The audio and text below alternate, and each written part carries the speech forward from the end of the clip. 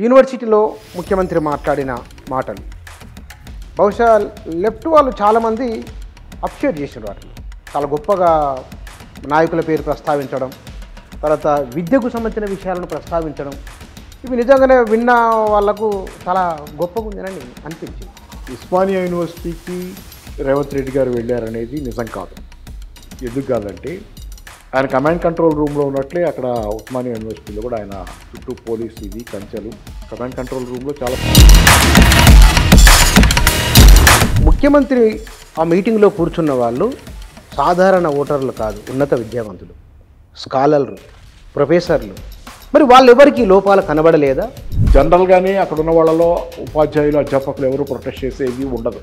జనరల్గా పిలిచిన వాళ్ళు కాబట్టి. గడిచిన 10 సంవత్సరాల కాలంలో గత ప్రభుత్వం చేసిన అప్పు కేవలం 2.5 లక్షల కోట్లు మాత్రమేనా? మీరు నెట్లో సెర్చ్ చేసుకోండి, రఘునందన్ రావు క్వశ్చన్ అడిగితే వచ్చి జవాబు. నేను చెప్తున్నా కదా, ఎంపీ పేరు కూడా. కొందరికి లెఫ్ట్ శిబిరంలో ఉన్న వాళ్లకు లేదా విప్లవకారులు అనుకున్న వాళ్లకు ఆ ముఖ్యమంత్రి మాటలు నచ్చినాయి. మీకు కేసీఆర్ అంటే కూడా అభిమానం కొంచెం ఎక్కువనే ఉన్నట్లుంది కదా? కేసీఆర్ అంటే నాకు ఉండాల్సిన దానికంటే కాస్త అభిమానం ఎక్కువ ఉండొచ్చు. ఎందుకంటే మీకు ఏమవుద్దంటే ఒకసారి నీళ్ళలో మునిగిపోయేవాడు. నమస్తే. మన ముఖ్యమంత్రి ఉస్మానియా యూనివర్సిటీకి వెళ్ళి అక్కడ సభలో ఆయన మాట్లాడిన మాటల పట్ల మునిపెన్నడూ లేని విధంగా వామపక్ష శిబిరం నుంచి ప్రశంసలు వస్తూ ఉన్నాయి. రెండో వైపున ఆయన వ్యాఖ్యలను ఎట్లా అర్థం చేసుకుంటారు అనే ప్రశ్న ఒకవైపున వస్తూ ఉన్నది. ఇంతవరకు ఏ ముఖ్యమంత్రి ఇట్లా మాట్లాడలేదు అని అంటే ఆ మాటల వెనుక అర్థమేమిటో చూడమనే వాళ్ళు కూడా ఉన్నారు. 20 ఏళ్ల తర్వాత యూనివర్సిటీకి ముఖ్యమంత్రి వెళ్ళడం, అక్కడ మాట్లాడడం, వాటిపైన చర్చ విస్తృతంగా జరుగుతున్నది బయట. ఈ మొత్తం పరిణామాన్ని ఎట్లా అర్థం చేసుకోవాలి, వీటి గురించి మనం మాట్లాడదాం. దీనిపైన సామాజిక, రాజకీయ, ఆర్థిక అంశాల నిపుణులు పాపారావు గారు మన దగ్గర ఉన్నారు, వారితో మాట్లాడదాం. సార్ నమస్కారం. నమస్తే అండి, థ్యాంక్ యూ. సార్, యూనివర్సిటీలో ముఖ్యమంత్రి మాట్లాడిన మాటలు బహుశా లెఫ్ట్ వాళ్ళు చాలామంది అప్రిషియేట్ చేసిన వాటిని చాలా గొప్పగా నాయకుల పేరు ప్రస్తావించడం, తర్వాత విద్యకు సంబంధించిన విషయాలను ప్రస్తావించడం, ఇవి నిజంగానే విన్న వాళ్ళకు చాలా గొప్పగా ఉందని అనిపించింది. మీకున్న భిన్నాభిప్రాయం ఉంటే ఏమిటి? నిజంగానే అది బేష్ అని మీరు కూడా అంటారు? ఉస్మానియా యూనివర్సిటీకి రేవంత్ రెడ్డి గారు వెళ్ళారనేది నిజం కాదు. ఎందుకు కాదంటే ఆయన కమాండ్ కంట్రోల్ రూమ్లో ఉన్నట్లే అక్కడ ఉస్మానియా యూనివర్సిటీలో కూడా ఆయన చుట్టూ పోలీసు ఇది కంచెలు. కమాండ్ కంట్రోల్ రూమ్లో చాలా మీటింగ్లు పెట్టుకుంటున్నాడు ఆయన. అక్కడికి ఇక్కడికి తేడా ఏమీ లేదు. ఆ రోజు పేరుకు ఉస్మానియా యూనివర్సిటీ గడ్డ నేల అది, కానీ కమాండ్ కంట్రోల్లో ఉన్నంత పక్కడ్బందీ రక్షణ వలయం మధ్యలో ఆయన ఓ స్పీచ్ ఇచ్చారు. కాబట్టి అది ఉస్మానియా యూనివర్సిటీ ఓ చైతన్యధార, పోరాట గడ్డ. ఆ నేలకు చాలా ప్రత్యేకత ఉంది. నేలంటే ఒక్క ఇదని కాదు, ఆ క్యాంపస్కి తరతరాలుగా పోరాడుతూనే వస్తుంది. అది దాని ఊపిరే పోరాటం. అట్లాంటి ఉస్మానియా యూనివర్సిటీ నేలలో రేవంత్ రెడ్డి ఇట్లా తప్పితే ఉపన్యాసం ఇవ్వలేని స్థితి రావటమే రేవంత్ రెడ్డికి వచ్చినటువంటి దుస్థితి. 20 ఏళ్ల తర్వాత వెళ్ళాడంటే 20 ఏళ్ల తర్వాత ఇలా కాబట్టే ఆయన వెళ్ళగలిగాడు. ఆయన ఇంకా ముఖ్యంగా 20 ఏళ్ల తర్వాత వేరే సంగతి, కానీ 20 నెలల పాలన తర్వాత, 20 నెలలు సుమారుగా, 20 నెలలు కాస్త అటు ఇటుగా పాలన తర్వాత 20 నెలల్లోనే ఇలాంటి దుస్థితి రావటం అనేది దుస్థితే. మరి అంత పోలీస్ పహారా పెట్టుకొని కమాండ్ అండ్ కంట్రోల్ రూమ్ లాగా దాన్ని దుర్భేద్య రక్షణ వలయంగా మార్చుకొని వెళ్లాల్సి రావటం అనేది అది మరి దాన్ని ఏమంటాం, నేను అంతకంటే ఏమన్నాను. సహజంగానే ఏ ముఖ్యమంత్రి అయినా అట్లే వెళ్తారు కదా? అంత ఉండదు, రక్షణ ఉంటుంది. ప్రశ్నిస్తారు, ఒకసారి అసంతృప్తి ఉంటుంది, ఎవరన్నా ధర్నాలు అదే బ్యానర్లు చూపిస్తారు, ప్రొటెస్ట్ ఉండొచ్చు. చాలాసార్లు జరుగుద్ది. చాలామంది వెళ్ళేటప్పుడు మోడీ వెళ్ళినా లేకపోతే ఇంకెవరన్నా జెడ్ కేటగిరీ ఉన్నా, ఇంకా పై కేటగిరీ ఏది ఉన్నా వెళ్ళినా వాళ్ళ మీద కూడా ప్రొటెస్టులు ఉంటాయి. దాడులు లేకపోయినా ప్రొటెస్టులు ఉంటాయి. అంటే ఉస్మానియా యూనివర్సిటీని తట్టుకోలేని పరిస్థితి 20 నెలల్లోనే రేవంత్ రెడ్డి తెచ్చుకున్నారు. అగ్నిగుండంలాగా ఉంటుంది అక్కడ వాతావరణం. లేకపోతే అసలు ఎంత గతంలో ఎప్పుడు చరిత్రలో నిర్బంధం గురించి ఆ రోజు ఉన్నటువంటి నిర్బంధ వాతావరణం గురించి అందరికీ తెలుసు. ఏ రకంగా ఉందనేది మామూలు మీడియాలో అంతా వచ్చింది. ఎప్పుడు ఏ నాయకుడు పోయినప్పుడు లేనంత పకడ్బందీ కంచెలు గించెలు మొత్తం అసలు అట్లా ఇట్లా కాదు.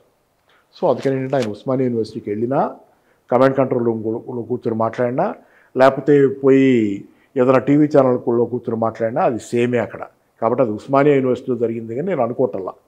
ఉస్మానియా యూనివర్సిటీలో జరిగితే 20 నెలల ఈ పాలన తర్వాత ఇది ఇలా ఉండదు. తర్వాత రెండోది మీరు అడిగిన వామపక్ష మిత్రులు, వాళ్ళ రియాక్షన్స్, నా అబ్జెక్షన్స్. వామపక్ష మిత్రులు ఆహ్వానించిన వాళ్ళు ఉన్నారు, ఎవరు పెద్దగా ఖండించాలా. ఎందుకంటే రేవంత్ రెడ్డిని ఖండించి అలసిపోయాం చాలామంది. ఖండించి ఇంకా మాట్లాడటానికి మిగిలిన స్థితికి వచ్చేసింది. ఇంకా ఎక్కువ మాట్లాడితే విన్నదే కదా చెప్పేది, పొద్దాక వాళ్ళు చెప్పేది అనేది మనల్ని కూడా అనుకుంటారు. కాబట్టి చర్విత చరణంగా ఇంకేం మాట్లాడతాంలే, రేవంత్ రెడ్డి గారు ఏం మాట్లాడినా అది అంటే అలాగే ఉంటుందని మనం అందరం జనరల్గా సమాజంలో వచ్చిన కంక్లూజన్. నేను టీవీ ఛానల్స్కి పోయినప్పుడు కూడా నాకు చాలా విసుగు అనిపిస్తుంది ఒక్కోసారి. ఏం మాట్లాడతాం, పొద్దాక అదే మాట్లాడతాం. చెప్తాడు చెయ్యడు, 6 గ్యారంటీలు చేయలేదు, లేకపోతే ఇంకోటి చెబుతాము. ఇట్లా ప్రతి మాట్లాడటం తప్పితే ఎన్నిసార్లు మాట్లాడినా అయ్యే కదా. పైగా ఉస్మానియా యూనివర్సిటీ స్పీచ్ అనే దాన్ని అనబడే దానిలో మీరు చూడండి, అక్కడికక్కడే కాంట్రడిక్షన్స్. ఏమన్నది కాంట్రడిక్షన్? 3 లక్షల కోట్ల బడ్జెట్ ఉంది, అడగటం చేత అయితే మీకు నేను ఇవ్వగలను, మీకు అడగటమే చేత కావాలి, మీకు అడగటం చేత అయితే అడగండి, దానకర్ణుడి లెక్కలో అడగండి, మీ చేత అయితే అడగండి, నాకు రాష్ట్రానికి 3 లక్షల కోట్ల బడ్జెట్ ఉందన్నాడు. అంతకుముందు ఈ మధ్యగా 2 నెలల క్రితం అనుకుంటా ఉద్యోగస్తులతో వాళ్ళ కోరికల డిమాండ్ విషయంలో మాట్లాడతా నన్ను కోసుకున్నా పైసా లేదన్నాడు. ఢిల్లీ పోతే చెప్పులు దొంగలాగా చూస్తున్నారన్నాడు. ఎందుకండి ఇవన్నీ? అందరికీ ఇది గుర్తున్నాయి కదా ఇవన్నీ. యాదవ్ ఉపన్యాసం మళ్ళీ మిగతా ఇప్పుడు ఇదంతా తెలిసి కూడా ఆయన డిసెంబర్లోపు ఏదో చేస్తాడని చెప్పినట్లుగా వాగ్దానాలు ఉస్మానియా యూనివర్సిటీకి, లేకపోతే ఇంక రకరకాలుగా సెక్యూరిటీ లేకుండా మళ్ళీ వస్తాను డిసెంబర్లో, ఏం పెట్టొద్దన్నాడని. సెక్యూరిటీ ఆయన పెట్టుకున్నాడా, ఉస్మానియా యూనివర్సిటీ అధికారులు పెట్టారు, అది వేరే విషయం, మనకి తెలీదు. సరే ఏదేమైనా కానీ ఇవన్నీ మనం నమ్మాలి.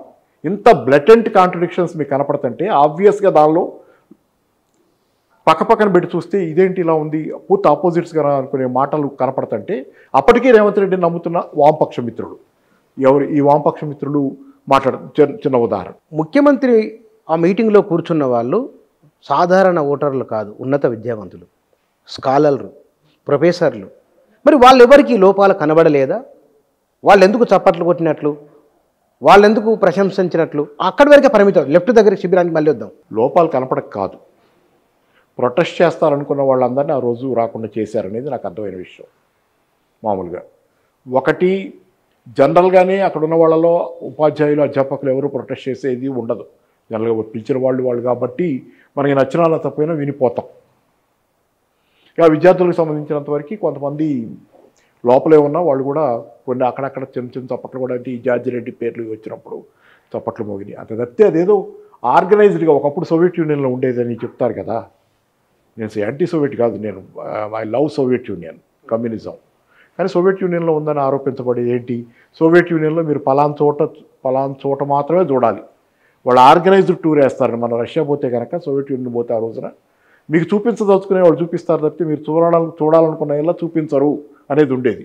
అలాగే అక్కడ కూడా అది అక్కడ ఏంటంటే పరిమితమైనటువంటి ఫ్రీడమ్. అక్కడ వాళ్ళలో కూడా చాలామంది కెరీర్లు ఉంటాయి కదా, అధ్యాపకులు, వాళ్ళ కెరీర్ ఉంది, ప్రొటెస్ట్ చేసి దీనికోసం ఏమన్నా ఉంటే బయట తర్వాత వేరే చూసుకుంటారు కొంత. కానీ అది అయితే ఏంటంటే అతిగా పోడాల్సిన అవసరం కూడా లేదు. అలాగని మనం ప్రొటెస్ట్ చేయకపోయినా పోడాల్సిన అవసరం లేదు.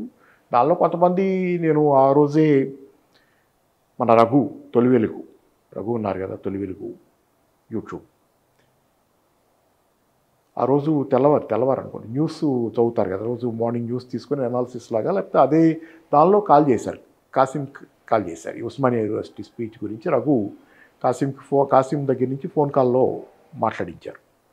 దానిలో కాసిం అడిగితే ఆయన చెప్తుంది, ప్రొఫెసర్ కాసిం, ప్రిన్సిపల్ అనుకుంటా ఆయన, ఆర్ట్స్ కాలేజ్ ప్రిన్సిపల్. ఆయన అడిగితే ఆయన చెబుతుంది ఏంటంటే, రఘు ఏం అడిగాడు తెలిసి, ఎట్లా ఉంది స్పీచ్ అని అడిగితే, అదంతా వింటే నాకు ఒక విప్లవకారుడు, ఒక అభ్యుదయవాది మాటల్లాగా ఉన్నాయన్నాడు. అవసరమా అంతా? నేను అన్నాను ఈ మాట రేవంత్ రెడ్డితో కూడా, మీ మాటలు ఇలా ఉన్నాయని చెప్పి ఆయన వెళ్ళేటప్పుడు ఆయనతో మాట్లాడాను, ఇట్లా అన్నానని. అవసరమా? మనకు అవసరమా ఇది? అవసరం లేదు కదా. విన్నావు, నచ్చిందో నచ్చలేదో. నచ్చడానికి మరి విప్లవకారుడు అభ్యుదయవాదని రేవంత్ రెడ్డికి మనం సర్టిఫికెట్లు ఇస్తే ఎట్లా? అంటే గద్దర్ మాటను పేరు, జార్జి రెడ్డి పేరు స్మరించగానే విప్లవకారుడు అంటే మీకు చెప్పే మాటలకి చేసే పనులకి తేడా అసలు ఎక్కడ కనపట్టలేదా? రేవంత్ రెడ్డి గారు ఎన్నో మాటలు చెబుతున్నారు, ప్రాక్టికల్గా పూర్తిగా ఆపోజిట్గా చాలా పనులు చేస్తున్నారు. ఏమున్నాయి అంత ఆపోజిట్? 6 గ్యారంటీలు మొదలుకొని 6 గ్యారంటీలు చెప్తున్నారు. దానిలో ఏది సక్రమంగా అమలు జరగలేదు. ఒక ఉచిత బస్సు ప్రయాణం తప్పితే, అది కూడా బస్సుల్లో జుట్టు పట్టుకుని కొట్టుకునే వాతావరణం ఉంది. బస్సులు పెరగలా ఉచితం చేశారు.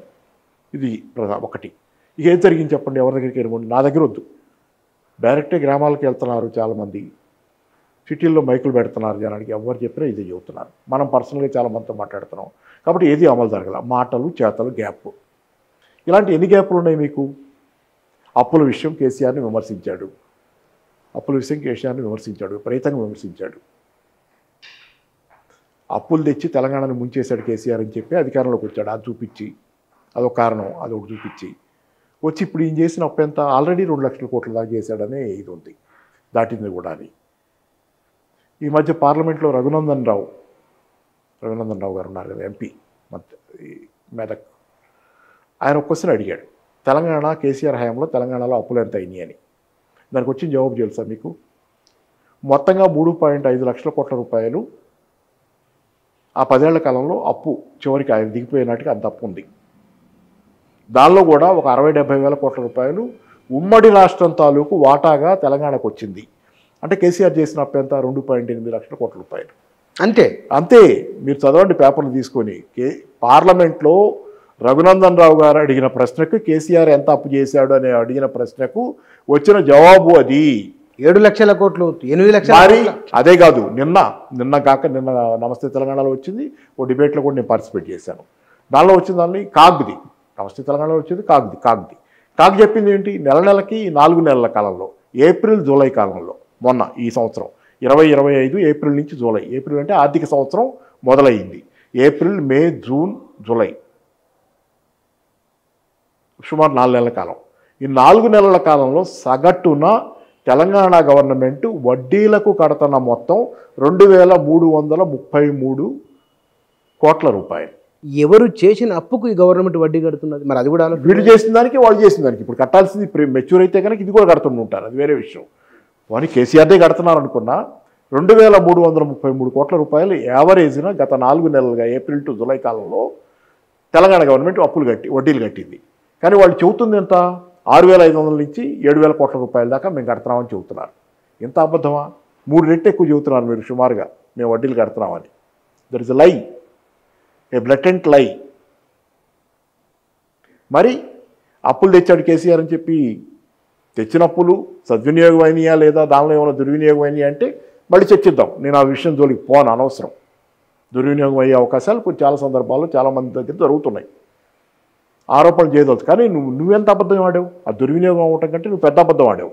ఏమిటా పెద్ద అబద్ధం? అబద్ధం ఏంటి? 7,000 కోట్ల వడ్డీ కడతానని చెబుతావు. ఎట్లా చెబుతావు? 2,333 కోట్లు ఈరోజు నెలవారీ వడ్డీ కడుతున్నారని 4 నెలల యావరేజీ. ఓవరాల్గా 2000 ఆర్బీఐ డేటా ప్రకారం కూడా ఏదైనా నేను మొత్తం మీద 2,600 కోట్లు దాటి అప్పులకు వడ్డీలు కడుతున్నారని ఏ గణాంకాలు చెప్పటల్లా. మరి మీరు చెబుతుంది 7,000 కోట్లు బట్టికి అని చెప్పించారు. 6,000 7,000 కోట్లు, 6,500 కోట్ల పైన. ఇట్లా అబద్ధాలు చెప్తే మరి ఇది మనకేం కనపట్టలేదు. అక్కడ రేవంత్ రెడ్డి చెప్పేది ఒకటి, చేసేది ఒకటి, జరిగేది ఒకటి, చూపించేది ఒకటి. ఇప్పుడు నాకు వచ్చిన అనుమానం ఏమిటంటే, గడిచిన 10 సంవత్సరాల కాలంలో గత ప్రభుత్వం చేసిన అప్పు కేవలం 2.5 లక్షల కోట్లు మాత్రమేనా? అటు చూడండి సార్ పేపర్లో. నేను చెప్తున్నా కదా, మీరు నెట్లో సెర్చ్ చేసుకోండి. రఘునందన్ రావు క్వశ్చన్ అడిగితే వచ్చి జవాబు. నేను చెప్తున్నా కదా, ఎంపీ పేరు కూడా చెబుతున్నా కదా. మన రఘునందన్ రావు గారు తెలుగునాట, మనకి తెలంగాణలో మనకున్న వెల్ నోటెడ్ మాటకారి ఎంపీ, మంచి డైనమిక్ ఇది ఎంపీ ఆయన. ఆయన పార్లమెంట్లో అడిగితే వచ్చిన జవాబు అనేది పేపర్లో వచ్చిన వార్త నేనే సొంతగా చెప్పడం లేదు కదా కవిత్వం. ఇది 3.5 లక్షల కోట్లు మొత్తం అప్పు అయితే దానిలో ఒక 60-70 వేల కోట్లు ఉమ్మడి రాష్ట్రం నుంచి వచ్చిన వాటా అప్పుగా మన వాటాగా వచ్చింది. అది కూడా తీసేస్తే 2.8 లక్షల కోట్లు అనేది సంథింగ్ ఇట్లా. ఇదే ఇవన్నీ మిగతాయి. అందుకని ఏంటంటే ఇన్ని కనపడుతుంటే మనకి ఇంకా మనం అనుకునే వామపక్షం అందరలా లేరు. వామపక్షం అంతా అలా ఎందుకు ఉంటుంది? ఆలోచించేవాళ్ళు చాలామంది ఉన్నారు. కానీ ఎవరైతే ప్రామినెంట్గా ఉన్నారో వాళ్ళు ఫ్రంట్ ఎండ్లో ఉండి ఇట్లా మాట్లాడుతున్నారో, విప్లవకారుడు అభ్యుదయవాది రేవంత్ రెడ్డిలో కనపడితే నేను ఇంకేం చేయగలం? ఏం కనపడుతుంది? ఎట్లా మనం తెలంగాణని మళ్ళీసారి మోసం చేస్తున్నావా? ఎందుకు? ఓసారి అయింది. రేవంత్ రెడ్డి పాలన వచ్చిన తర్వాత తెలంగాణలో అన్ని పారామీటర్స్ దిగజారిపోతున్నాయి.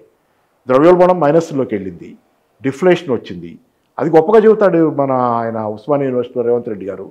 గొప్పగా ఏంటి? ద్రవ్యోల్బణం దేశంలో కనిష్ట స్థాయిలో ఉంది, నా గొప్ప పాలన ఇది అంటాడు. కనిష్ట స్థాయిలో కాదు, ఉండాల్సిన స్థాయిలో కూడా లేదు. అది జీరో ఉంటే అది ఒక లెవెలు, జీరో కూడా రాకూడదు, కొంచెం ఉండాలి. ఎందుకంటే ప్రజల కొనుగోలు శక్తి బాగుంటే ఎంతో కొంత అయినా పెరుగుతుంటుంది ద్రవ్యోల్బణం. మరీ ఎక్కువ పెరిగితే ప్రాబ్లం. అసలు ద్రవ్యోల్బణం పెరగకుండా ఉండటం జరగదు. ఇంతైనా పెరుగుతుంటుంది. మైనస్లో పోతుందంటే జనాలు కొనటం తగ్గించుకుంటున్నారు, తినటం తగ్గించుకుంటున్నారని. మైనస్లో పోయింది కదా, -9.3 ఉన్న 0.93, ఇంకో నెల ఏదో మైనస్లో పోతుంది ద్రవ్యోల్బణం. తెలంగాణ పరిస్థితి పెనంలోంచి పొయ్యిలో పడి కాలిపోతుంది. ఇదంతా చూస్తా కూడా ఇంకా మేధావులు అభ్యుదయవాదులు అనుకునేవాళ్ళు ఎందుకు మాట్లాడుతున్నాం మనం ఈ మాటలు? మౌనంగా ఉంటాం రాకనా? ఏదో ఒక రకంగా అధికార పీఠాలకి దగ్గరగా ఉండాలనా? లేకపోతే నిన్న కేసీఆర్ని తిట్టాం కాబట్టి ఇవాళ కూడా తిడతా ఉండాలి, లేకపోతే మళ్ళీ మనం మాట మార్చామనుకుంటారు, సారీ కూడా చెప్పడం మనకి ఇష్టం లేకనా? దీనికంటే అదే బాగుందని చెప్పడం ఇష్టం లేకనా? సారీ ఎందుకు చెప్పాలి? ఎందుకేంటి? కేసీఆర్ పాలన పోగొట్టడం వీళ్ళందరి పాత్ర ఎంత పెద్దది. కేసీఆరే ఉండాలని నేను అంటలా, కానీ తెలంగాణ కేసీఆర్ తప్పితే ఇంకో మార్గం లేదంటున్నాను నేను. ఎందుకంటే మెరుగైన వాళ్ళు ఎవరు ఉన్నారు చెప్పండి? ఇప్పుడు ప్రజలే భావిస్తున్నారు కదా. మీరు మైక్ తీసుకుని ఎక్కడైనా పెట్టండి సార్, కేసీఆరే బాగుందని ఉమ్మడిగా చెబుతున్నారు. మూకుమ్మడిగా జనాలు చెబుతున్నారు. వారికి ఒక వర్గం కాదు మళ్ళీ, అది కూడా ధనికుడు, పేద, రియల్ ఎస్టేట్ చేసి మూకుమ్మడి అన్నారు కదా మీరు. కొందరికి లెఫ్ట్ శిబిరంలో ఉన్న వాళ్లకు లేదా విప్లవకారులు అనుకున్న వాళ్లకు ఆ ముఖ్యమంత్రి మాటలు నచ్చినాయి. మీకు కేసీఆర్ అంటే కూడా అభిమానం కొంచెం ఎక్కువనే ఉన్నట్లుంది కదా. కేసీఆర్ అంటే నాకు ఉండాల్సిన దానికంటే కాస్త అభిమానం ఎక్కువ ఉండొచ్చు. ఎందుకంటే మీకేమవుద్దంటే ఒకసారి నీళ్ళలో మునిగిపోయేవాడికి గడ్డిపోసి దొరికినా పట్టుకుంటాం. అలాగే ఈ తెలంగాణ కానీ జీవితంలో కానీ ఇప్పుడున్న రాజకీయాల పరిస్థితి ఎంత దుస్థితి ఉందంటే, రాజకీయ నాయకుడు అనేవాడిని నమ్మటానికి అసలు కష్టంగా ప్రజలు, అసలు యూత్ అందుకే రాజకీయాల జోలికి రావటల్లా. రాజకీయాలు అంటే చికాకు పడుతున్నారు, మా తెలియదండి అంటున్నారు. ఎందుకు? రాజకీయ నాయకులు అంత పచ్చి అబద్ధాలు ఇట్లా అనేది వాళ్ళ ఒక జనరల్ ఫీలింగ్ వచ్చేసింది జనాల్లో. అట్లాంటి చోట కేసీఆర్ చిన్న ఆశారేఖ, పెద్ద ఇదేం కాకపోవచ్చు మీ లెక్కలో అయితే. ఆ చిన్న ఆశారేఖైనా వదులుకోవడం నాకు ఇష్టం లేదు. బహుశా ఆయన గురించి అందుకే ఎక్కువ మాట్లాడతాను నేను. ఎందువల్ల మీకు ఆశ్చర్య కనబడుతున్నారు? ఆయన ఏం చేయలేదు ఎవరిని కలువరు సార్. ఒకటి చెప్పనా, 10 ఏళ్లలో తెలంగాణలో ఎన్ని మార్పులు జరిగినాయి? డేటా చెబుతుంది కదా, కేంద్రం ఇచ్చే డేటా. కేసీఆర్ సృష్టించలేదు కదా, బాక్స్లోంచి తీయలేదు కదా కేసీఆర్ డేటా. కేసీఆర్ కిట్లోంచి తీసివ్వలేదు కదా కేసీఆర్ డేటా. మీకు కేంద్రమే ఇస్తుంది కదా, ఆర్బీఐ ఇస్తుంది కదా. పర్ క్యాపిటల్ ఇన్కమ్ ఎంత పెరిగింది తెలంగాణలో? 1,24,25,000 కోట్ల రూపాయల నుంచి 3,50,000 కోట్లకి పర్ క్యాపిటల్ పెంచిందేవో తెలంగాణది. క్యాపెక్స్ ఎలా పెట్టాడు? క్యాపెక్స్లో ఎంత ఖర్చు పెట్టారు? ఆస్తుల అభివృద్ధికి ఎంత ఖర్చు పెట్టాడు?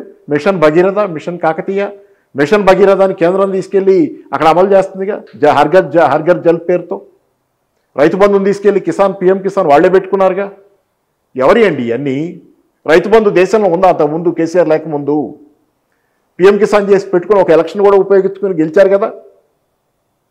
హర్ఘర్ జల్ అని చెప్పి రైతు ప్రతి ఇంటికి నీళ్లు వస్తేనే కదా 10 ఏళ్ల కాలం పాటు అతిసార లేదు తెలంగాణలో.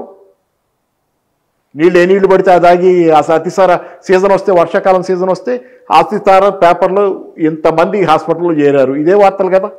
ఆ వార్తలు లేవు కదా 10 ఏళ్ళు. మహబూబ్ నగర్లో అంబల్ కేంద్రాలు లేవు కదా. ప్రాక్టికల్గా నేను చూసింది కూడా చెబుతా. నేను గతంలో 10 ఏళ్ల క్రితం 2014 ముందు తెలంగాణ హైదరాబాద్ నగరంలో ఆటో ఎక్కితే చాలామంది మహబూబ్ నగర్ వాళ్ళు ఉండేవాళ్ళు, ఆటోలు తోలుకోవడానికి వచ్చిన వాళ్ళు. ఆ 10 ఏళ్ల కాలంలో వాళ్ళు ఇక్కడికి రావటం కాదు, వాళ్ళు ఇక్కడికి రావటం ఆగిపోయింది. మహబూబ్ నగర్ వాళ్ళు వచ్చి ఇక్కడ ఆటోలు తోలుకునేది తగ్గిపోయి వేరే రాష్ట్రాల వాళ్ళు వచ్చి ఇక్కడ పని చేసుకుంటున్నారు. ప్రాస్పరస్ అవ్వబట్టే కదా. నా ఇంటి పక్కనే జార్ఖండ్ పిల్లలు చాలామంది ఫ్రూట్ జ్యూస్ స్టాల్ నడుపుకునేవాడు, పెరుగు పాలు అమ్మే డైరీ దీనిలో పనిచేసేవాడు ఎంతమంది ఉన్నారు, నా చుట్టుపక్కలే ఉన్నారు చాలామంది. వాళ్ళంతా అక్కడి నుంచి ఇక్కడికి ఎందుకు వచ్చారు?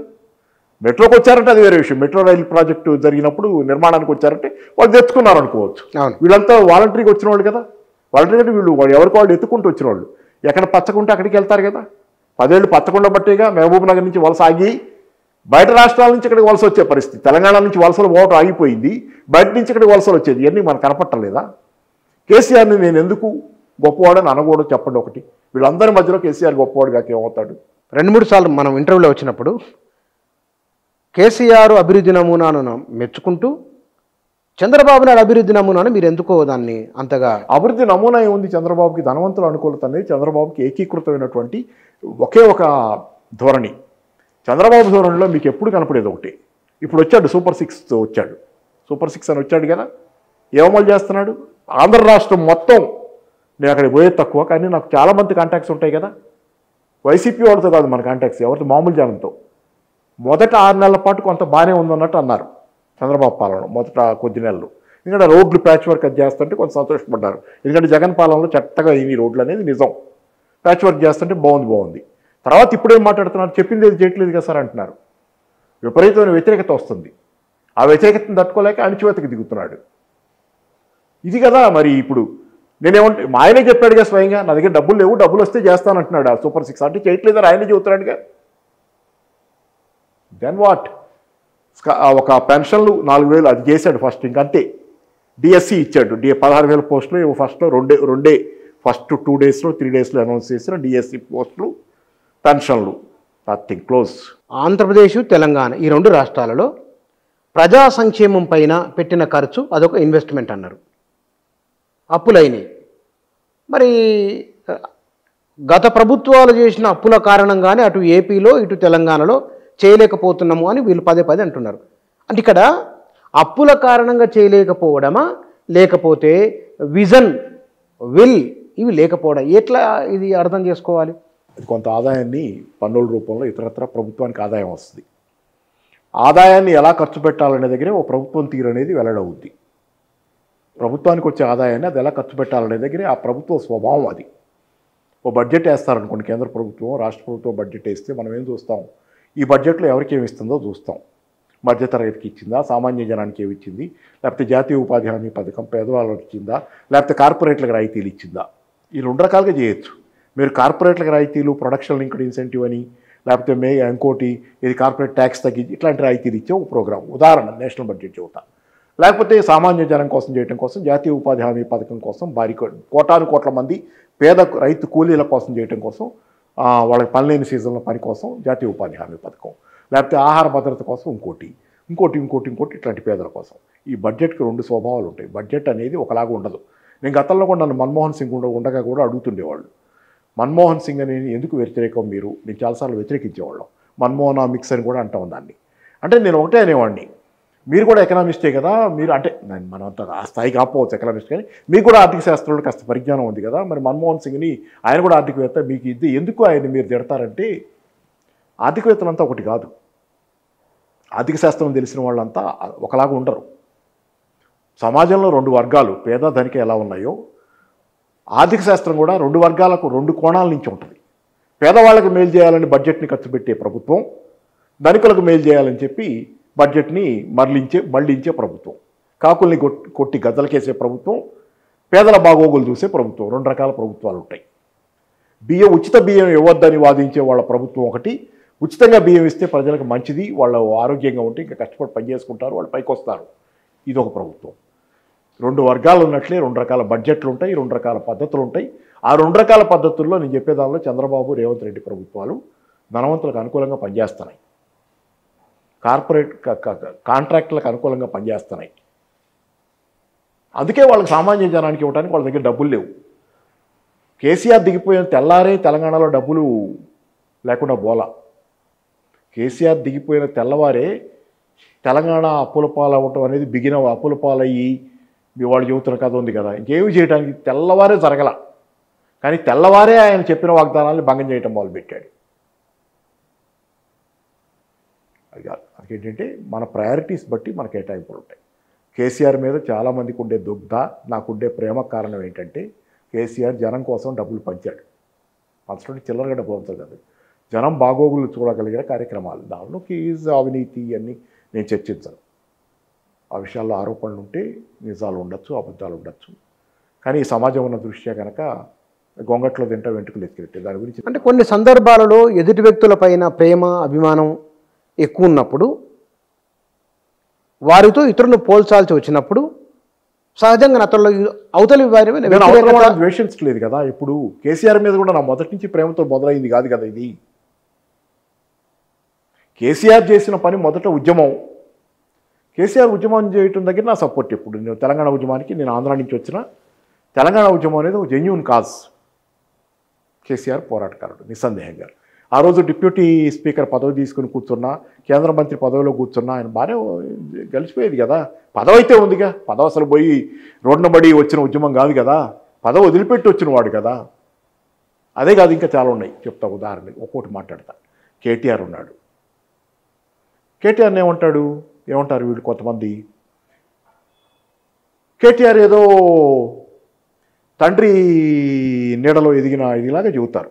సరే, ఆయన కూడా జవాబులు చెబుతుంటాడు దానికి. నేను 5 సార్లు గెలిచాను, 5 సార్లు నన్ను ఎందుకు గెలిపిస్తారు, ఒకసారి అయితే సరే, అవన్నీ నిజమే. దాంతోపాటు నేను చెప్పేది ఒకటి, కేటీఆర్ తెలంగాణ ఉద్యమంలోకి ఆయన రాకముందు, తండ్రి కోసం ఉద్యోగాలు మానేసి రాకముందు, అసలు అంతకుముందు ఎప్పటి నుంచి అండి కేసీఆర్ మినిస్టర్ కానీ, తెలుగుదేశం లీడర్ కానీ, పెద్ద నాయకుడు కానీ, రాష్ట్ర స్థాయి నాయకుడు ఎప్పటి నుంచి, ఎన్నేళ్ళ నుంచి? ఎన్టీ రామారావు ఉన్నప్పటి నుంచి కేసీఆర్ అంత స్థాయి నాయకుడు. మరి 2000 సంవత్సరం వచ్చినప్పుడు కేటీఆర్ ఉద్యోగం చేసుకుంటున్నాడంటే ఏంటి కదా? కేసీఆర్ కనుక అడ్డగోలుగా దొంగ పనులు చేసి సంపాదిస్తే కేటీఆర్కి అక్కడికి పోయి చేసి కాంట్రాక్ట్ ఇక్కడే చేసుకునేవాడు కదా. చదువుకొని గుంటూరులో చదువుకొని, అక్కడెక్కడ చదువుకొని, ఇంజనీరింగ్ చదువుకొని, ఎంబీఏలు చదువుకొని పోయి అమెరికాలో ఏదో కంపెనీలో చిన్న ఉద్యోగాలు చేసుకుని, కేసీఆర్ కనుక నిజంగా అంత అవినీతి పరుడు దొంగ అయితే కేటీఆర్ బిగినింగ్లోనే గోల్డెన్ స్పూన్తో, సిల్వర్ స్పూన్తో వచ్చేవాడు సార్ కదా. కాదు, అతను కేసీఆర్ అలా ఉద్యమం మొదలుపెట్టి ఆ పదవుల్లో ఉన్న అంతకాలం తర్వాత కూడా కేటీఆర్కి ఉద్యోగం చేసుకోవాల్సిన అవసరం ఉంది. కవిత కూడా అలాగే చేసుకుంది కదా ఉద్యోగం. తర్వాత వచ్చారు వాళ్ళు ఇక్కడికి, ఉద్యమంలో తండ్రికి సహకరించడానికి వచ్చారు. దాని గురించి కూడా చాలా పాజిటివ్ స్టోరీ ఉంది కేటీఆర్కి అనుకూలంగా. అసలు ఆయన దింపాలని కేసీఆర్ అనుకోవాలా, అది ఎలా దిగారనేది ఆంధ్రజ్యోతిలో ఓపెన్ హార్ట్ విత్ ఆర్కేలో వీటిలో కూడా చాలా చర్చలు వచ్చినాయి. దానిలో నేను కొన్ని పుస్తకాల్లో కూడా చదివాను నేను కొన్ని. అంటే ఆయన ఇవన్నీ జరిగి ఎట్లా పరిణామాలు జరిగినాయి, ఏబీ బద్దను, సిపిఐ బద్దను మీ అబ్బాయిని తెచ్చుకొని కూడా చెప్పాడు కేసీఆర్కి. ఎందుకు నీకు తోడుగా ఉంటాడు కదా, మంచి ఇంగ్లీష్ మాట్లాడతాడు. ఇట్లాంటి వాళ్ళంతా కూడా సలహాలు ఇస్తేనే తెచ్చాడు కేసీఆర్. ఎవరు ఆయన అంతటా ఆయన తేలా ముందట. చాలా ఉన్నాయి. మనం ఏంటి ఇప్పుడు కేసీఆర్ని ఓడటానికి కాదు, ఫ్యాక్చువల్ డేటా నా దగ్గర కొంత ఉంది కాబట్టి నేను కొంచెం తరువుగా అధ్యయనం చేశాను కాబట్టి తప్పులు ఉండొచ్చు కేసీఆర్లో. నేను అంత మాత్రాన పూర్తిగా అసలు తప్పులు లేవంటల్లా. ఏంటంటే సార్ ఒకటి చెప్పనా, మీరు అడిగారు కదా నన్ను నచ్చని వాళ్ళు నచ్చిన వాళ్ళని. ఇప్పుడు నాకు కేసీఆర్ నచ్చుతున్నందుకు నేను జనానికి నచ్చుతా. నా నిజంగా జనానికి నచ్చడం కోసం నేను కేసీఆర్ని భుజాలు వేసుకోవట్లా. కేసీఆర్కి ఎలక్షన్ల ముందు నుంచి ఎంతో కాలం నుంచి కూడా నేను కేసీఆరే కరెక్ట్ తెలంగాణకి, కేసీఆర్ పోతే తెలంగాణ ఇబ్బందుల్లో పడుద్ది అనేది ఎలక్షన్ల ముందు నుంచి ఛానల్స్లో చెప్తా తిరుగుతున్నా.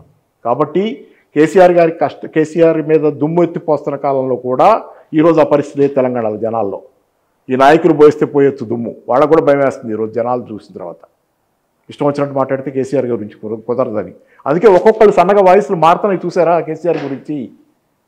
ప్రతిపక్ష ఈ కాంగ్రెస్ నాయకులు కూడా కొంతమంది వాయిస్ మారింది కేసీఆర్ గురించి, మాట్లాడటం అప్పట్లాగా. ఎందుకు? జనంలో there is a wave. KCR ఏంటో మళ్ళీ చెబుతున్నా, కేసీఆర్ కొన్ని లోపాలు, చంద్రుడికి మొత్తం ఉన్నట్టు కేసీఆర్కి లోపాలు ఉండొచ్చు. కానీ కేసీఆర్ లేకపోతే తెలంగాణ ఏమవుద్ది జనం గుర్తించారు. కేసీఆర్ తెలంగాణకి ఏకైక దిక్కు ఈరోజు. అలా కాకుండా ఇంకో ప్రత్యామ్నాయం మెరుగైంది ఉంటే నేను కూడా అక్కడ ఉండేవాడినేమో.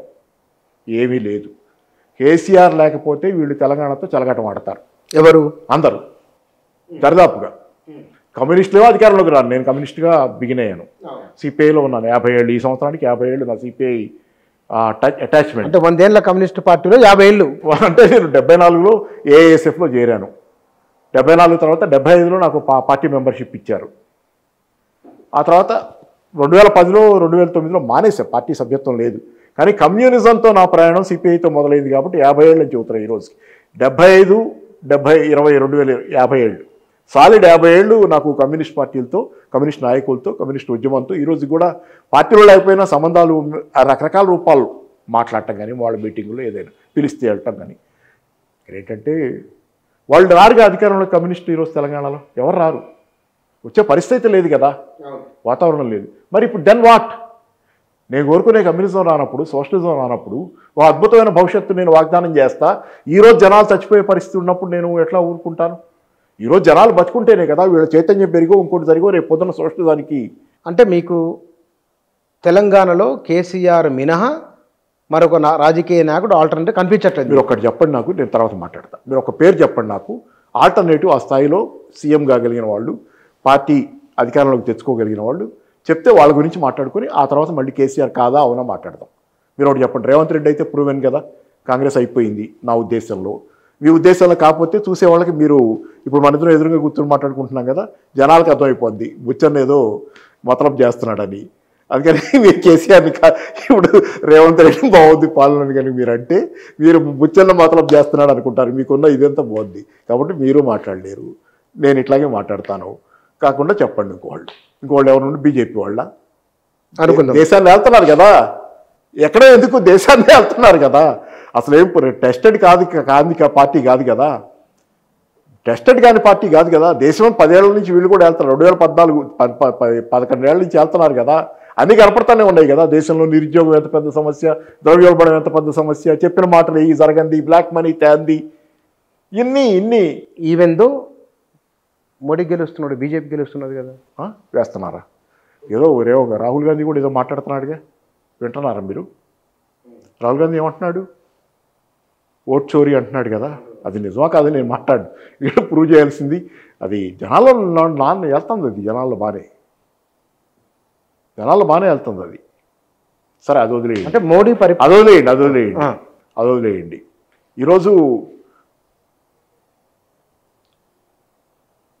మీడియా ఎంత నిష్పక్షపాతంగా ఉంది. నిన్నగాక మొన్న సర్వే వచ్చింది, మోడీ ఈసారి ఎన్డీఏ ఇప్పుడు ఎలక్షన్ జరిగితే 260 సీట్లు వచ్చి బీజేపీకి, ఎన్డీఏకి 320 వేశారు, కాంగ్రెస్కి 2. ఇది నిజమా? అప్పటికి ఇప్పటికి ఏం తేడా లేదా?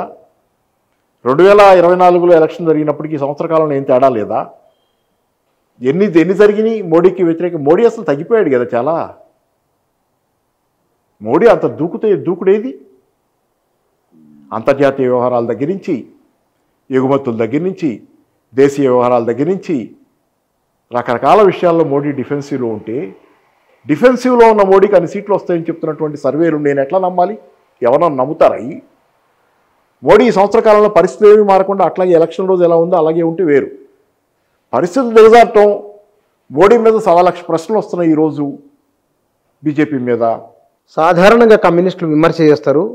కమ్యూనిస్టులు ఎట్లాగ ఉంది కదా ఒక విమర్శ, ఒక ఆరోపణ, అట్లా మీరు ఎట్లా మాట్లాడుతున్నారని కూడా బహుశా ఒక కామెంట్ రావచ్చు. అంటే ఆర్డెంట్ ఏదేమైనా సరే, ఏం చేసినా సరే, ఏదైనా సరే మేమే కరెక్ట్ అనుకునేవాళ్ళు, కరెక్ట్ అనుకోవాల్సిన అవసరం ఉన్నవాళ్ళు ఆలోచించరు. నిజమే, నేను వామపక్షం నుంచి బిగినైన వాడిగా, లెఫ్ట్ రాజకీయాల నుంచి వచ్చిన వాడిగా సహజంగానే రైటిస్ట్ రాజకీయాల పట్ల వ్యతిరేకత ఉంటుంది. అయితే అదే సందర్భంలో నేను ఒక మాట చెబుతా. ఆ రైటిస్ట్ రాజకీయాల బీజేపీ పట్ల నేను కొంత 1999 నవంబర్ 14 అనుకుంటా, ఆ రోజు ఆంధ్రప్రభ ఆదివారం, అది మదనం అనే కాలం ఉండేది.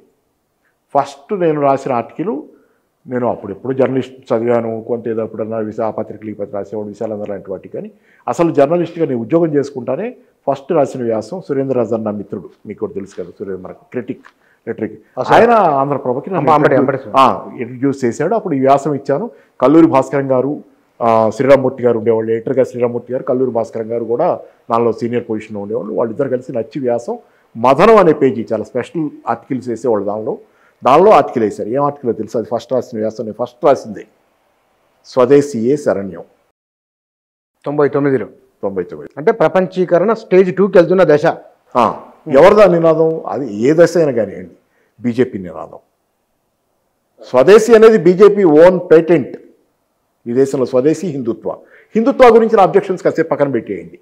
స్వదేశీ ఏ శరణ్యం అని రాసిన వ్యాసం నేను రాశాను. కమ్యూనిస్టులు బీజేపీ వాళ్ళు అంటే ఆర్ఎస్ఎస్ వాళ్ళు కూడా ఉమ్మడిగా కలిసి పనిచేసే ప్లాట్ఫామ్ ఈ స్వదేశీ లాంటిది. అల్టిమేట్గా మిగతా విభేదాలన్నీ పక్కన పెట్టండి,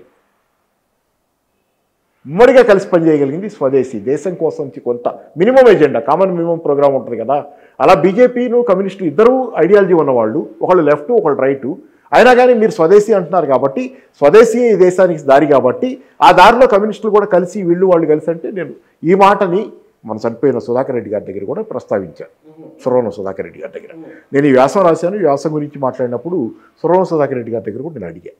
వారేమన్నారు? నేను ఏం చెప్పానంటే, మన పత్రికలు కూడా స్వదేశీ ప్రోడక్ట్స్ పలాని అని, ఈ ప్రోడక్ట్స్ పలాని మన స్వదేశీ ప్రోడక్ట్స్ అని చెప్పి మన పేపర్లో కూడా లిస్టులు వేయచ్చు కదా, కొనమని ప్రోత్సహిస్తా జనాన్ని అని అంటే, సరే ఆయన మామూలు విన్నారు. తర్వాత ఏదో రిటర్న్గా ఇవ్వమన్నారు, దాన్ని రాస్తే చేద్దామన్నారు.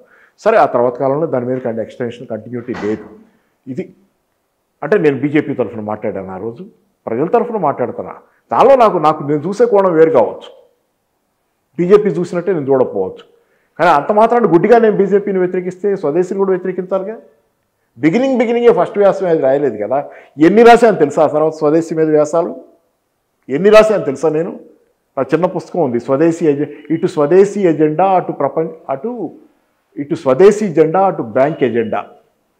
చిన్న బుక్లెట్ వేసాయి వ్యాసాలన్నిటితో. ప్రపంచ బ్యాంక్ ఎజెండాని ఫాలో అవుతుంది బీజేపీ, ఆ రోజు వాజ్పేయి గవర్నమెంట్. స్వదేశీ జెండా చెప్తున్నారు, స్వదేశీ చెబుతున్నారు మాటల్లో, చేతల్లోనేమో ప్రపంచ బ్యాంక్ మాట వింటున్నారని. న్యూ వరల్డ్ ఆర్డర్ ప్రకారం వెళ్ళకుంటే కనుక మనం కూడా మరి సరే, ఈ ప్రపంచ దానిలో పోవద్దు మనం స్వదేశీలోకి ఎక్కువ, ఎందుకంటే రోహిత్ రెడ్డి దగ్గర పోతున్నాం. మీరు 50 ఏళ్ళ కమ్యూనిస్టుగా అభ్యుదయవాదులు ఉండాలని, ప్రశ్నించే గొంతుక యూనివర్సిటీలో ఉండాలని కొంతమంది విప్లవకారుల పేరు రేవంత్ రెడ్డి ప్రస్తావించినప్పుడు ఓ కమ్యూనిస్ట్గా మీరు ఆనందపడాలి కదా. దెయ్యాలు వేదాలు వల్లిస్తే ఏం చేస్తారు అంటే, ఎగ్జాక్ట్లీ ఆయన దెయ్యం అంటలో నేను సామెత కాబట్టి చెబుతున్నా. గద్దర్నీను జార్జి రెడ్డిని కూడా ధరిస్తే ముసుగ్గా. తెలంగాణలో వామపక్షం అంటే అభిమానం ఉంది ప్రజలకు. వామపక్ష భావజాలం విస్తారంగా జనాల్లో ఇంకిన నేల ఇది. తిరుగుబాటు ప్రశ్నించే గుణం ఉన్న నేల దీనిలో. అట్లాంటి చోట మీరు ఈ మాటలు మాట్లాడితే వింటాన్ని బాగానే ఉంటాయి, కానీ చేస్తున్న పనులు చూడకుండా వింటం మాత్రమే చేసేది ఎవరు? జనానికి అర్థమవుతుంది, మన కాసిం గారికి అర్థం కావట్లా. మన పీడిఎస్సీ మిత్రులు అంటే ఎవరో మరి వాళ్ళే కూడా చూశాను. ఏమన్నారు వాళ్ళు? ఏదో పీడిఎస్సీ అంటే రకరకాలు ఉన్నాయి కదా పీడిఎస్సీలు. ఈరోజు వాళ్ళు బాగా నచ్చిందంట, జార్జిరెడ్డి పేరును గద్దర్ పేరు తీశాడు కాబట్టి బాగా గౌరవించాడు ఆయన. నువ్వు అంటే బాగా నేను కూడా మాట్లాడతా కావాలంటే. నేనేం చేస్తున్నాను చూడరా మీరు, సంవత్సరం 20 నెలలు అయింది, జనాలంతా హాహాకారాలు చేస్తున్నారు, తిట్టిపోస్తున్నారు. ఎన్ని వదిలేసి మీరు మీ జార్జిరెడ్డి పేరు చెప్పగానే మన జార్జిరెడ్డి పోని, గద్దర్ పేరు చెప్పగానే అంటే మాటలకు పడిపోతారా? పడిపోయినట్టు నటిస్తున్నారా? మాటలకు పడిపోయేది వేరు. అమాయకమైనటువంటి పల్లెటూరు జనం కూడా ఈరోజు, ఎందుకంటే పల్లెటూరు జనం అంటే తక్కువ చేయటం నేను, బోళా శంకర్లు అంటాం, అమాయకంగా ఉంటారు, మాటలు చెబితే ఉబ్బిపోతారని. వాళ్ళు కూడా నమ్మరు ఈ మాటలు, నమ్మరు. మీరు ఎట్లా నమ్ముతున్నారు? తెలిసే నిద్రపోతున్నారు అంటే నిద్రపోతున్నట్టు నటిస్తున్నారా? ఏ అవసరాల కోసం చేస్తున్నారు? నిద్రపోతున్నట్లు నటిస్తే ఎందుకు చేస్తున్నారు? తెలంగాణ పదే దగా పడాలా? ఈ ప్రశ్న నేనేస్తే బాగోపోవచ్చు కానీ వేయాలి. ఆంధ్రవాడిని అంటారు మళ్ళీ, అయినా కానీ వేస్తున్నా. తెలంగాణ పదే దగా పట్టవే పనే. ఇంకోసారి మోసం చేస్తాం మనం తెలంగాణని. ఈ రకంగా జార్జిరెడ్డి పేరు గద్దర్ పేరు అన్నాడు ఆయన, కాబట్టి ఆయన విప్లవకారుడు, ఆయన అభ్యుదయవాది లాంటి స్పీచ్ ఇది. ఎవరిని మోసం చేస్తున్నాం? ఆల్రెడీ నాశనం అయిపోతున్న జీవితాలు ఉన్న ప్రజలు, పునారిల్లిపోతున్న జీవితాలు, 10 ఏళ్ల కాలంలో సాధించిన కొద్దిగా మొత్తం కొన్ని మెరుగైన జీవితాలు అవన్నీ ఈరోజు మళ్ళీ పతనం అయిపోతుంటే. విద్య జీవితాన్ని మారుస్తుంది. చదువుకున్న వాళ్ళే సమాజాన్ని మార్చగలరు. ఉన్నత విద్యకు గత ప్రభుత్వాల కంటే ఎక్కువ నిధులు ఇస్తా అని ఒక మాట అనడం. రెండోది, నేను విద్య తప్ప ఇవ్వగలిగింది ఏముంది అని చెప్పడం కూడా ఒక కన్సర్న్ కింది సామాజిక వర్గాలు. అందుకే నా 2 లక్షల ఉద్యోగాలు ఇస్తామన్నాం మనం. ఓకే, విద్య తప్పి నేనేమి ఇవ్వలేను, ఉద్యోగాలు ఎక్కడికి పోయి చూసుకోండి, ఇక్కడ నా దగ్గర వద్దు, పకోడీలు వేసుకోండి, లేకపోతే బీజేపీ వాళ్ళ భాషలో చెప్పాలంటే ఇదే కదా. రెండోది విద్యా గంధం సుగంధం ఎట్లా ఉంటుందో చెప్పాలంటే రేవంత్ రెడ్డి గారు అక్కర్లా, అందరు చెబుతారు. చెప్పేవాళ్ళు చేసేవాళ్ళు ఒకే మనిషి అయితే చెప్పింది చేసే మనిషి గురించి ఏదైనా నమ్ముతాం. ఓ పని చెప్పి 4 పనులు చెప్పి దానిలో 2 చేస్తే నమ్ముతాం ఆ మనిషిని. 4 పనులు చెప్పి 4 తూట్లు పొడిస్తే ఇంకా నమ్ముతున్నట్టు అదే అడుగుతున్నా. నమ్ముతున్నట్లు నటిస్తున్నావా? నమ్ముతున్నట్లు నటిస్తున్నావు అంటే ఎందుకు నమ్ముతున్నట్లు నటిస్తున్నావు? దాని వెనక ఏదో పెద్ద కథ ఉంటుంది. ఏముండొచ్చు? ఏమో 2-3 సార్లు అంటున్నాడు. ఏం కథ? వద్దు అనవసరం. జనాలకు అర్థమవుతుంది, అనవసరం ఇక ఇవన్నీ. నేను ఒకటే చెబుతున్నాను సార్, మీరు ఒకటే ఏంటంటే నాకు నక్సలైట్ల సాయుధ పోరాట పందాం మీద ఏమాత్రం నమ్మకం లేదు. ఇప్పుడు సాధ్యం కాదు అది. 80ల దాకా ఏదో సాధ్యమైన వ్యవహారాలు నడిచినాయి, 90లు వచ్చేసరికి అవకాశాలు పోయినాయి. ఎందుకంటే సంస్కరణలు వచ్చినందుకు కాదు, టెక్నాలజీ పెరిగిపోయింది. ఈరోజు రహస్య జీవితం అనేది ఎవరికి సాధ్యం కాదు. ఓపెన్గా డెమోక్రటిక్గా ఉండటం మాత్రమే ఈరోజు ఏదైనా చేయగలదు. ఇది నమ్ముతా కూడా చెబుతున్నా. ఓపెన్ మీరే దాయలేరు. రెండోది, చంద్రబాబు పాలన ఉండగా నక్సలైట్లను కాల్ చేశాడు తెలంగాణలో. నిర్మోహమాటంగా జరిగిపోయింది కదా. ఎక్కడికెక్కడ మామూలుగా తెలంగాణలో అందరూ మాట్లాడుకునేది ఓళ్లలో బోట్ల తప్పుడు, రాత్రిపూట ఇనప బోట్ల తప్పుడు, పాటలు వచ్చినాయి. తెలంగాణ మొత్తం ఒక కల్లోల వాతావరణం లాగా ఉందని. అది డైరెక్ట్. నాకు నువ్వు నచ్చవు, తీసేయి. ఈరోజు జరుగుతుంది ఏంటి? నాకు నువ్వు నచ్చవంటలా, నా అభిమానం, నేను నిన్ను అభిమానిస్తున్నానని చెప్పి ప్రజలకు మిస్గైడ్ చేయడానికి మన అభిమానాన్ని వామపక్షం పట్ల, గద్దర్ పట్ల, జార్జి రెడ్డి పట్ల ఈ స్మరిస్తుంటే మనం చేసే పనులను వదిలేసి మనం మాట్లాడే మాటలను చూసి అందరూ బుట్టలో వచ్చి పడిపోతారు తెలంగాణలో. ఎందుకంటే వామపక్షానికి అభిమానం ఉంది, జార్జి రెడ్డి పట్ల అందరికీ ప్రేమ ఉంది. పోరాట యోధుడు, అంత చిన్న వయసులో అద్భుతమైనటువంటి మేధావి. గద్దరు జీవితకాలం పాట పాడి తెలంగాణని నిద్రలేపి దేశాన్నే నిద్రలేపిన వాడు చాలా సందర్భాల్లో. ఈ మాటలు ఆ మాటలకు పడిపోతే ఎలా అనేది, మాటలకు ఎవరు బట్టల్లా, కానీ మాటలకు పడుతున్నట్టు మాట్లాడుతున్నారంటే ఏంటంటాను నేను. అది అందరికీ తెలిసింది మనకు తెలియదు అంటే మనం ఎక్కడ ఉన్నాం. రాజకీయ నాయకులు సహజంగానే చాలా మాట్లాడతారు, రాజకీయ నాయకుడు ఆయన. కానీ ఇంత లోతుల్లోకి వెళ్ళి ఇంత సునిశ్చితంగా, లోతుకే ఉంది సార్, పైన అర్థమవుతుంటే దీనిలో పెద్ద లోతుకి వెళ్ళేది ఏంటి? ఎంత లోతుకు పోవాలి అంటే ఒక ముఖ్యమంత్రి ఇచ్చిన 40 నిమిషాల ఉపన్యాసం పైన సుమారుగా మనం 40 నిమిషాలు మాట్లాడినాం. ఉపన్యాసం ఒకటే కాదు, దాని చుట్టూ ఉన్న వీళ్ళందరూ, ఇది వామపక్షం, అసలు వీళ్ళు అంటే డోంట్ అండర్స్టాండ్ దెమ్. అంటే ప్రజల పక్షం ఉంటామంటే ఏమో, ఐ డోంట్ గెట్ ఇట్. అసలు నాకు వీళ్ళ గురించి అంటే అందరిని అట్లా మళ్ళీ ఇట్లాంటి ఒకటి మనం కేసీఆర్ని గతంలో తిట్టాం కాబట్టి ఈరోజు కొన్ని ఇది ఇంతకంటే వరస్ట్ ఉంది. ఇప్పుడు ఏమవుతుంది, కేసీఆర్ని రేవంత్ రెడ్డిని ఒకే ఘాట కట్టే యత్నం కూడా మొదలైంది. ఎట్లా ఏముంది, గతంలో కేసీఆర్ పాలన బాగాలేదని తెచ్చుకుంటే ఇతను కూడా అలాగే ఉన్నాడు. ఇప్పుడు ఏముంది, మీకు మిగిలిన ఆల్టర్నేటివ్ ఏంటి? బీజేపీ.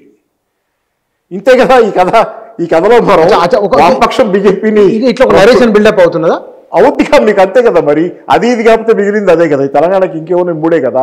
కమ్యూనిస్టులు అయితే నేరుగా రారు కదా. ఇప్పుడైతే చిన్న పార్టీలు అయ్యేదో ఉంటాయి, ఏదో ఆందోళనలో నిరసనలో పార్టీలు చేయగలిగిన వాళ్ళు చేస్తారు.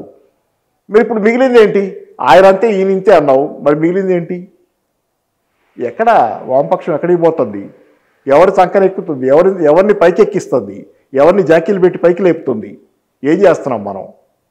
వామపక్షం అన్నప్పుడు నీకు అది మితవాద పార్టీ అన్నప్పుడు రెండింటికి వైరుధ్యం ఉంటుంది. పైగా జాతీయ స్థాయిలో ప్రూవెన్ కదా ఫెయిల్యూర్ ఆర్థికమైన డెలివరీలో. మొన్న కూడా సర్వే వచ్చింది ఒకటి, చాలా ఎక్కువ మంది నిరుద్యోగం గురించి తీవ్రంగా అసంతృప్తితో ఉన్నారు. అసంతృప్తితో ఉన్న వాళ్ళ సంఖ్య పెరుగుతుంది వేగంగా. ద్రవ్యోల్బణం పట్ల, ఏ సమస్య పట్ల దేశంలో ఈరోజు అనుకూలత లేదు బీజేపీ పాలన పట్ల. దెన్ ఇంత కమ్యూనికేషన్ ప్రపంచంలో విశ్లేషణ శక్తి కూడా ప్రజలకు పెరిగిన ఈ సందర్భంలో రాజకీయ నాయకులు చేసే వ్యాఖ్యలను ప్రజలు అర్థం చేసుకోగలుగుతున్నారా అన్ని వైపుల నుండి? ఒక మనిషి ఒకటి అర్థం చేసుకోలేకపోవడానికి కారణాలు 2 ఉండొచ్చు. ఒకటి ఫియరు, రెండోది గ్రీడు, మూడోది మీరన్న లవ్. ఫియర్తో పాటు లవ్. ఒక మనిషిని గుడ్డిగా ద్వేషించినా మనం ఆ మనిషిని అర్థం చేసుకోం. అర్థం చేసుకొని ఆ తర్వాత ద్వేషంలోకి వెళ్ళినా అది వేరే విషయం. ఎమోషనల్గా బిగిన్ అయితే ఆ మనిషిని అర్థం చేసుకోం, ఆ రాజకీయాన్ని అర్థం చేసుకోం. విపరీతమైన ప్రేమ మీరు అన్నట్టు నాకు కేసీఆర్ పట్ల ఉందని మీరు చెప్పిన మాటలాగా అది శృతి మించినా మనం మనిషిని సరిగ్గా అర్థం చేసుకో లోపం ఉంటుంది. మూడోది గ్రీడ్, దురాశ. ఇంకా చాలా కావాలి మనకి, అంటే ఆకాశమే నాకు దిగి రావాలి లేని అంటాడు. పెట్టుబడిదారీ వ్యవస్థలో మనుషుల్ని కనుక మీరేం కావాలి మీకేం కావాలని అడిగితే నాకు ఆకాశం కావాలంటారంటాడు. అంత దురాశ ఉంటుంది ఈ వ్యవస్థలో, మనుషులు చెడిపోయి ఉంటారు, అంత దురాశ ఉంటుంది. అట్లాంటి మనుషులు ఈరోజు సమాజం అంతా ఉన్నారు. అందుకని వాళ్ళు అర్థం చేసుకోక కాదు చాలాసార్లు కేసీఆర్ని అర్థం చేసుకోవడానికి ఇంత ఏంది నాకు అర్థమయ్యాడుగా ఎంత కొత్త నేను అనుకుంటున్నా నా కోణం నుంచి. ఎలక్షన్ల ముందు నుంచే కేసీఆర్ ఓడిపోతే పెనంలోంచి పోయిపోతారు, ఇది దెబ్బతింటారనేది నా వాదన. మొదటి నుంచి ఇదే వాదన. ఆ మాట సామెత కూడా వాడింది నేనే. అరచేతిలో వైకుంఠం చూపిస్తుంది కాంగ్రెస్ పార్టీ అని చెప్పింది నేనే ఆ రోజు. ఈ సామెత కూడా వాడింది. అయితే మరి జనానికి ఎందుకు అర్థం కాల? నాకంటే తెలివి తక్కువ కాదు. ఆ రోజు కేసీఆర్ కొంత హోప్ తెచ్చాడు తెలంగాణలో. 10 ఏళ్ల కేసీఆర్ పరిపాలనలో జరిగిన మార్పు ఏంటంటే తెలంగాణ ప్రజలకు మా జీవితాలు బాగుపడతాయనే ఒక ఆశ వచ్చింది. First time hope. 10 ఏళ్ల క్రితం 2014 ముందు తెలంగాణ ప్రజల జీవితాల్లో ఒక నిస్తేజం, నిశ్శబ్దం, నిరాశ రాజ్యం వెళ్తాయి. ఆత్మహత్యలు, సమస్యలు, అణచివేతలు, వీటన్నిటి మధ్య ఉన్న తెలంగాణలో కేసీఆర్ వచ్చిన తర్వాత జీవన ప్రమాణాలు పెరగటం, జీవితాలు మారటం, రియల్ ఎస్టేట్ ఏజెంట్ల దగ్గర నుంచి, రియల్ ఎస్టేట్లు పనిచేసుకునే వాళ్ళ దగ్గర నుంచి రైతుల దాకా అందరి జీవితాల్లో ఒక వెలుగు కనపడటం అనేది చూశారు. కేసీఆర్ని వ్యతిరేకించిన వాళ్ళ జీవితాలు కూడా బాగుపడ్డాయి. అయినా కానీ వాళ్ళ పరిస్థితులు ఆర్థికంగా ఇక్కడ మారటం వల్ల మరి ఇంత చూసిన తర్వాత వాళ్ళకి ఏమనిపించిందంటే మారతాయి కదా జీవితాలు, మనకు కూడా ఒక ఆశ ఉందని. ఆ ఆశకి అత్యాశ చూపించాడు రేవంత్ రెడ్డి లేకపోతే కాంగ్రెస్ పార్టీ. కేసీఆర్ ఇచ్చిన దానికంటే అది ఎక్కువ ఇస్తా, ఇది ఎక్కువ ఇస్తా. రైతు బంధు 10,000 ఇస్తే 15,000 ఇస్తా, మహాలక్ష్మి ఇస్తా, 2,500 ఇస్తా, ఉచిత బస్సు చేశాడు సార్, అది వేరే విషయం. ఇట్లా ఎన్ని వాగ్దానాలు, దళిత బంధు. ఇట్లా కేసీఆర్ చెప్పిన దానికి కాస్త పెంచడం చెప్పడం ఇంకాస్త బాగా పెంచి చెప్పాడు. ఇది దురాశకి దారితీసింది. తెలంగాణ ప్రజానీకంలో ఆ ఆశ అనేది ఎప్పుడు మొదలైందో అది దురాశకి దారితీసే పరిస్థితులు ఆ ఎరా పడింది వాళ్ళకి. దానివల్ల నష్టపోయారు. అయినా ఎంతకాలం ఉంటారు అలా? మనం తప్పు చేసామని తెలంగాణ ప్రజలు స్పష్టంగా కొంతమంది మాట్లాడటం. అంటే ప్రజలకి భేషజాలు ఉండవు సార్. తప్పు చేసినప్పుడు మేము పొరపాటు పడ్డామని చెప్పగలరు. మన మిత్రులే చెప్పలేరు మేము తప్పు చేసాం, పొరపాటు పడ్డాం ఆ రోజు, అది పెనం పర్వాలేదు, ఇది పొయ్యి కాలిపోతున్నాం అని చెప్పి చెప్పడానికి మన మిత్రులకి. ఎందుకంటే కడుపు నిండుద్ది కదా, మన కడుపు నిండిన వ్యవహారం వేరేగా ఉంటుంది సార్ కదా. వాళ్ళకి ఈగో ఎక్కువ ఉంటుంది, డిఫెండ్ చేసుకోవాల్సినవి ఎక్కువ ఉంటాయి. మన ప్రజలకు నాయకులం కదా, మనం చెప్పిందల్లా కరెక్ట్ అని అనుకోవాలి మనం. ప్రజలకు ఆ భేషజాలు ఉండవు. కష్టంలో ఉంటే కష్టంలో ఉన్నాం, బాగుంటే బాగున్నాం. ఆశపడ్డారు, ఎక్కువ ఆశపడ్డాము. ప్రజలు చూస్తారు, మళ్ళీ ఈరోజు సరిగ్గా చూస్తారు. ఆ రోజు దెబ్బతిన్నారు కదా, ఈరోజు చూస్తారు. చూడటం ఇష్టం లేని వాళ్ళ గురించి నేను మాట్లాడుతున్నా, అది కష్టమైన వాళ్ళ గురించి మాట్లాడుతున్నా. చూడటం కష్టంగా ఉంది చాలా. ఎందుకంటే ఆ డిఫెన్స్ మెకానిజమ్స్, నిన్న అంతగా తిట్టిపోసిన వాళ్ళ గురించి వాళ్ళ ఏం మాట్లాడాలి? వెనక్కి పోలేము, ముందుకు రాలేము. కాబట్టి ఏంటంటే ఇద్దరు అయితే పంట సులువు. ఇద్దరు అంటే కనుక ఏం జరుగుద్ది అనేది మళ్ళీ ఆలోచించుకోవాలి మనం. మీ ఆగర్భ శత్రువు బీజేపీ అధికారంలోకి వస్తే పరిస్థితి ఎలా ఉంటుందో మీరు ఆలోచించకుండా ముందు సెల్ఫ్ డిఫెన్స్ మనకి ఇంపార్టెంట్. ఇద్దరు అంటే నిన్న తిట్టాం కాబట్టి దాన్ని ఓకే అనుకున్నట్టు, ఇవాళ ఈయన తిట్టాం కాబట్టి ప్రజల దృష్టిలో బాగున్నట్టు చక్కగా నడుస్తుంది కదా. కానీ కథ పోయి రేపు పొద్దున ఇంకో చోట పడుద్ది. చూద్దాం sir. Thank you sir. Thank you. ముఖ్యమంత్రి చేసిన వ్యాఖ్యల వెనుక ఏ అంశాలు ఉన్నాయి అంటే వారి పర్సెప్షన్ తెలంగాణను ఎట్లా అర్థం చేసుకున్నారు? చాలా సందర్భాల్లో మాట్లాడినప్పుడు తెలంగాణ పట్ల ఒక కన్సర్న్ ఉన్నది. ఇక్కడ రైతులు, రైతు కూలీలు, తెలంగాణ జీవితం అప్పుడు ఇప్పుడు ఎట్లా ఉంది అని బహుశా నిరంతర అధ్యయనం ఇవన్నీ చేసిన కారణంగా వారిదైన కోణంలో తెలంగాణ సమాజాన్ని ముఖ్యమంత్రి వ్యాఖ్యలను పోలుస్తూ సమాజ జీవితాలను చాలా సందర్భాల్లో పోలికతోనే వారు వ్యక్తం చేసిన అభిప్రాయాలు ఇవి. Thank you.